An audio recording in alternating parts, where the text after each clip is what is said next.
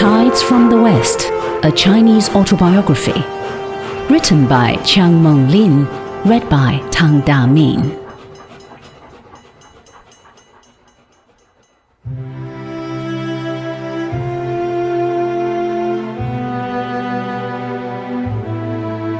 Chapter 24. Life in the Four Cities. Hangzhou was the city of natural beauty, Shanghai that of foreign manufactures, Nanjing of revolutionary spirit, Peking of the golden age of art and leisure. In my childhood, I was reared in a small village in Zhejiang, lived among the farmers and craftsmen, and played with their children. During my boyhood, I was educated in the city of Hangzhou and later in Shanghai. When I returned from America, my work required that I live first in Shanghai, then in Peking, then in Nanjing and Hangzhou, and finally again in Peking until the beginning of the war. As to their geography, Peking stands in the northern plain not far from the seaport of Tianjin in the Huanghe or Yellow River Valley. It is a northern city, while the other three are southern cities of the Yangtze Basin. Hangzhou is situated on the banks of the river Qiantang, where Hangzhou Bay begins to spread its broad waters out to the ocean. In the old days, Hangzhou and Peking were connected by the Grand Canal, 2,074 kilometers long, which crosses both the Yangtze and the Yellow River. The canal is still partly navigable to the present day. Northeast of Hangzhou, Shanghai perches on the banks of the Huangpu River, which empties near the mouth of the Yangtze into the Yellow Sea, a body of water which is an integral part of the Pacific, different only in name. Nanjing lies a little inland, farther north and west of the other two, along the southern bank of the Yangtze. Not far down the river from it, the Grand Canal crosses the Yangtze at Yangzhou, where Marco Polo resided as magistrate under the Yuan dynasty. The four cities are all connected now by railways. Generally speaking, they all border on the Pacific.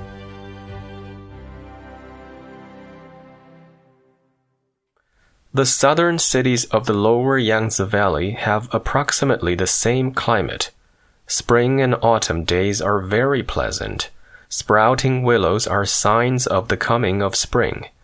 Joyous spring seekers pluck the budding branches and bring them home to decorate their doors as symbols of welcome. When the leaves turn red, they tell the coming of fall, and the crimson leaves in the setting autumn sun lend inspiration to poets. The damp season falls in spring when there is plenty of rain. During the other seasons, sunshine and rain are about evenly distributed. Summer and winter are not severe. The soil is fertile. Rice is the chief product. Sericulture is a family industry. Fish, shrimps, crabs, eels, pork, mutton, beef, vegetables, and fruits abound. Out of these materials, the famous Yangzhou cuisine was created. Shanghai was the financial center of the Yangtze Valley. It owed its growth to the commercial and industrial activities of the foreigner. Foreign capital was the foundation of its economic structure, and foreign merchants and capitalists its aristocrats, before whom all the Chinese living in the city bowed their heads. These foreigners lived a life by themselves. Even if they had been there for several decades, China remained to many of them a terra incognita. They lived in beautiful mansions with spacious gardens and were served like lords by obedient Chinese servants.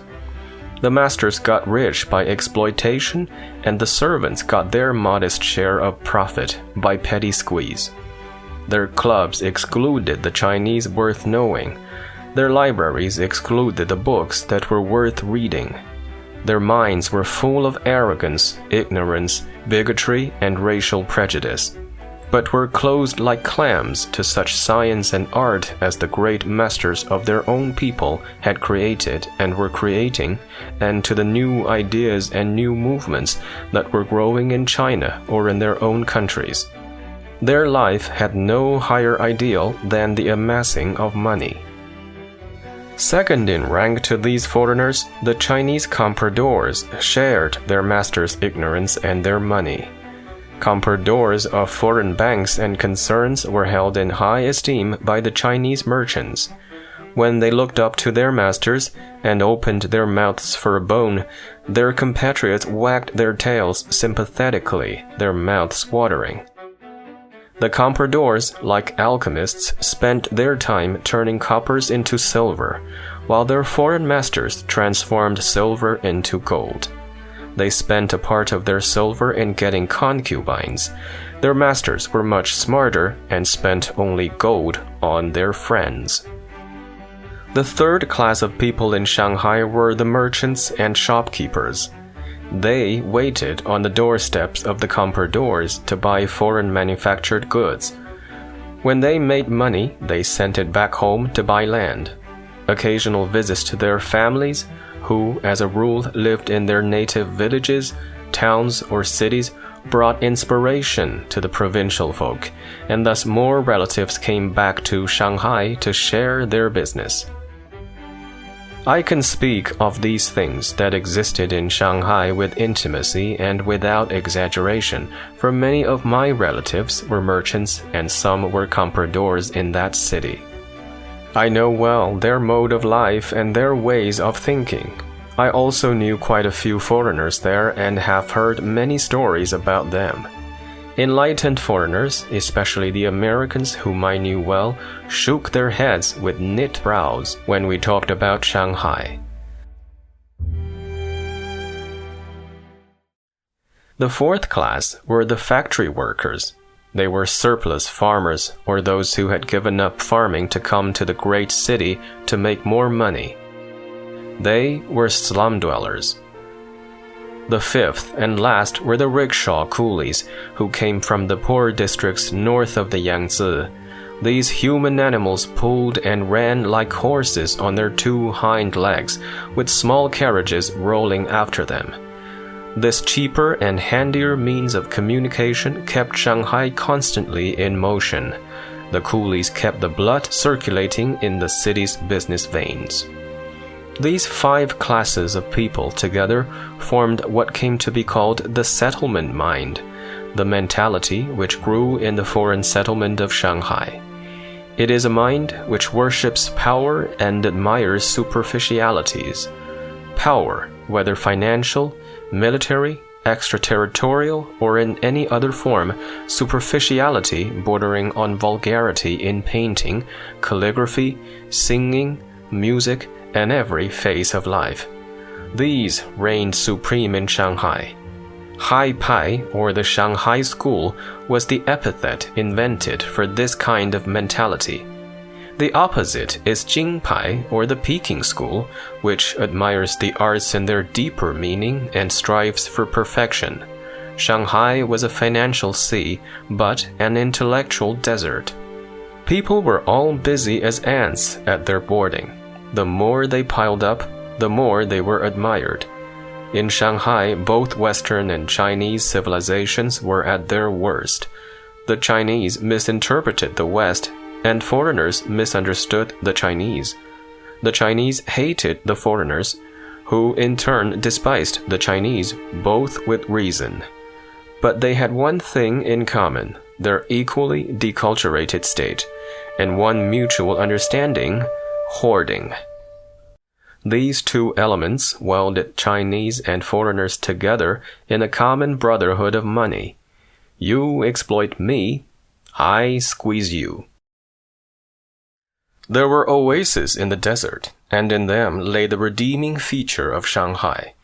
In the first decade of the century, extraterritoriality here afforded a refuge and clearinghouse for revolutionary ideas and literature. the seeds of the theory of evolution and the ideas of democracy were first sown in these oases and blown far and wide to the intellectual centers of China. While in other parts of China they grew into giant trees, in international Shanghai they remained dwarfs. In the 1920s, a rapid growth of Chinese industry took place in and around the settlement, protected from the exploitation of warlords by the same extraterritoriality. When returned students came into financial and industrial power, the Chinese began to put into use foreign tricks of management and production, learned, however, more often directly from Europe and America than from the foreigners of Shanghai.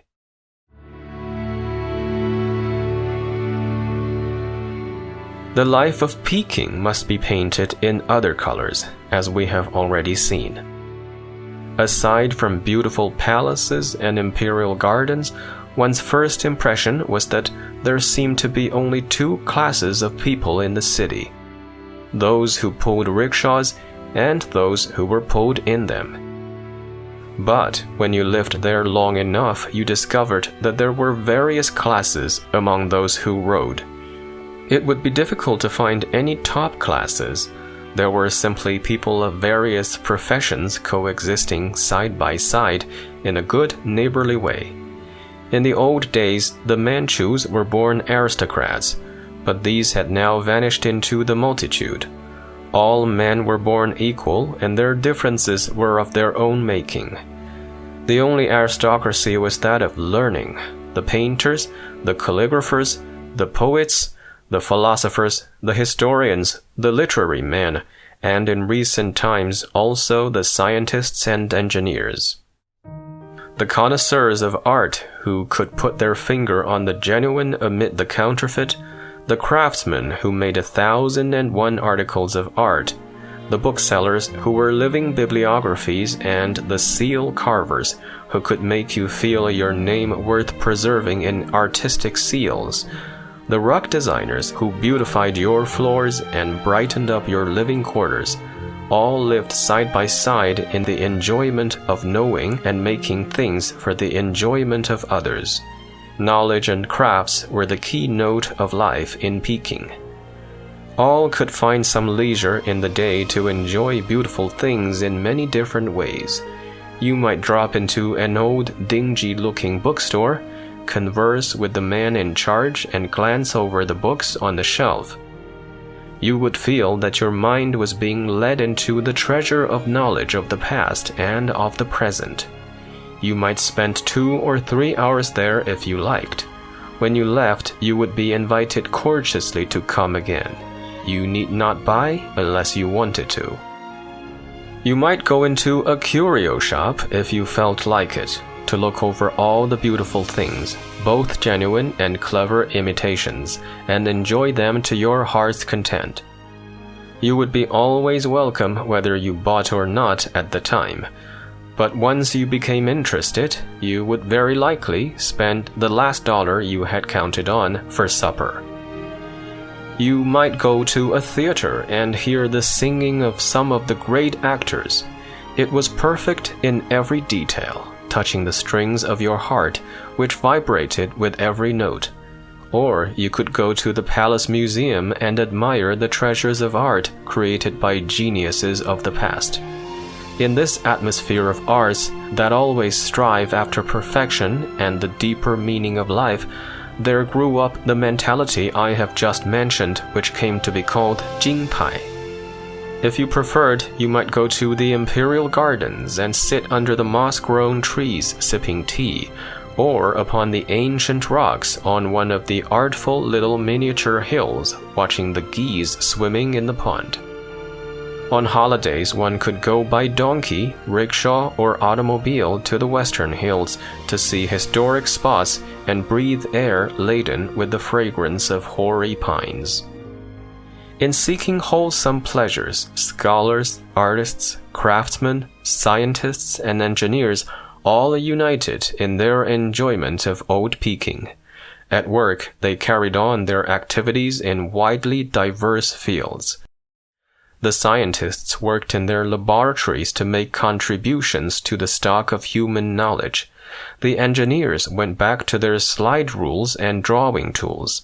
The scholars buried themselves in books to reconstruct from the past ideas and ideals for the future.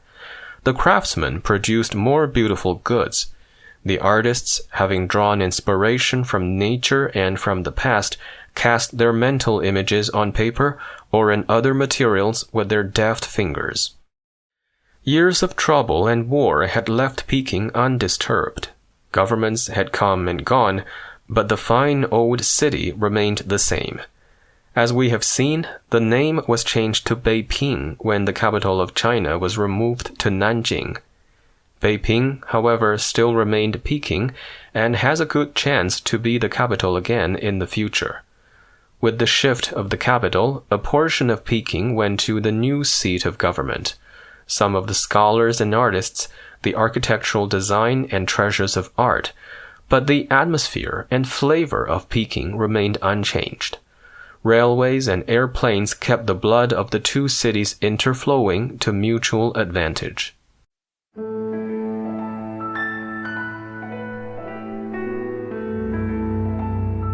Nanjing is different. It is a city that had to be built upon ruins. In the new capital, there reigned a spirit of building up the new structure and tearing down old remains. In Peking, people were nurtured on old glories while they cast their minds into the future. But Nanjing had no past to rely upon except memories. Everything had to be built anew. Therefore, in the collective mind, all was thinking, planning, and work, and life kept pace with these activities. Everybody was busy attending meetings and carrying out orders. The atmosphere was always tense. The leisurely spirit of Peking could not have flowered in Nanjing. On the streets, pedestrians hustled, rickshaw coolies dashed by. Even the inert donkeys fell in with the rapid flow of traffic with hurried steps. Every month, new streets shot through old blocks, and new houses sprang up like mushrooms. Everywhere was growth, rapid growth. Even pleasure had to be secured through hard work. Restaurants served delicious food in congested corners, waiting for new quarters under construction. People planned gardens and waited impatiently for the trees to grow. Things you wanted had to be improvised. Without constant constructive activity, you fell out of line and were left behind. You had to keep up with the spirit of the time. After some 6 or 7 years of hard work, Nanjing became a new and prosperous city. Old ruins were fast disappearing while the spirit of thinking, planning, and work was constantly growing, and it radiated to other cities in the provinces and into the future of the country. Your mind ran ahead into the future to catch up with the spirit of progress in the world, but your steps were necessarily slower, too slow to keep pace with your mind. You can plant trees, but you cannot make them shoot skyward overnight. Railways and highways must be laid yard by yard. Policies of reform had to be carried out day by day. Then you would think, what is all this hustle and bustle for? What people sometimes felt about their effort may be summed up in words current and typical in those times. Discussions ended with no decisions. Decisions ended with no actions, and actions ended with no results. It was not really as bad as that, but one thing was certain.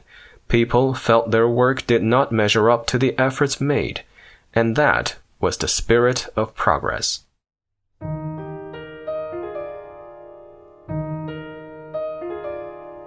Hangzhou had something of all three of the other cities, yet it was different from them all. It was like Peking in its old culture, for it is the capital of a province of scholars, yet it lacked the grandeur of the former capital of China. Like Shanghai, it was tinged with commercialism, yet more lightly, while the absence of foreign overlords left the city freedom for self-expression.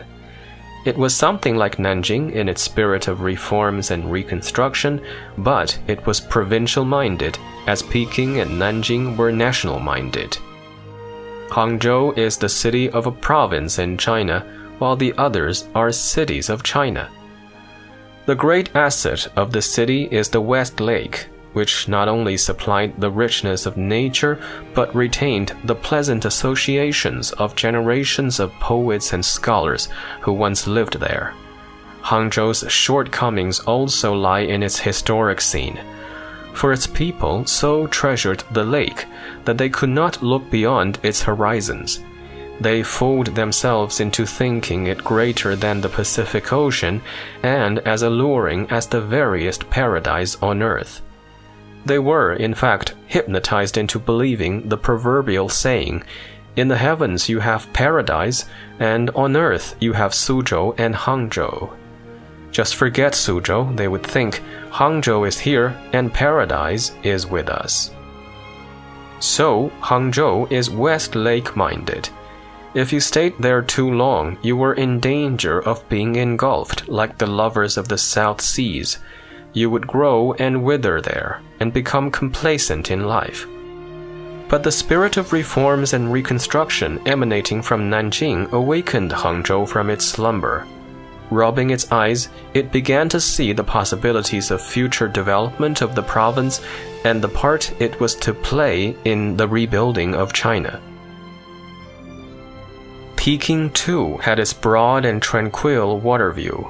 Outside the walled city, from the tops of the western hills, one had a bird's-eye panorama of the valley with the river Yongding winding its gentle way through vast tracts of cultivated land. The pagodas in the city were visible to the east. To the west, the Marco Polo Bridge spanned the river where it lay like a sleeping dragon, undisturbed through peace and war. Under this long historical bridge, the muddy, Loess-laden water flowed steadily, day and night, month after month, and year by year. The name Yongding means perpetual stability or everlasting peace. Was peace everlasting? The Chinese cherished that hope, and so we gave the river its name and then did little to make the peace secure. Finally, it slipped from our hands and vanished into the flowing water under that very bridge. For at that bridge, on July 7, 1937, the first shots were fired by the Japanese army in the undeclared war which ultimately set all China aflame. Japan had become intoxicated with the cup of seeming success, and in the Japanese magic box, the flames of China were transformed into a streak of lightning that blasted Pearl Harbor on December 7, 1941.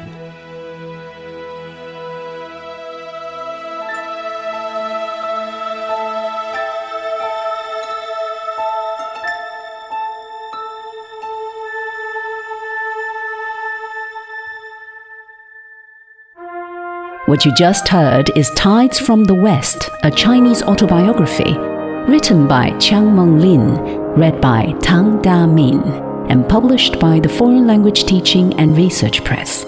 Some names and terminologies in this book have been updated per contemporary usages.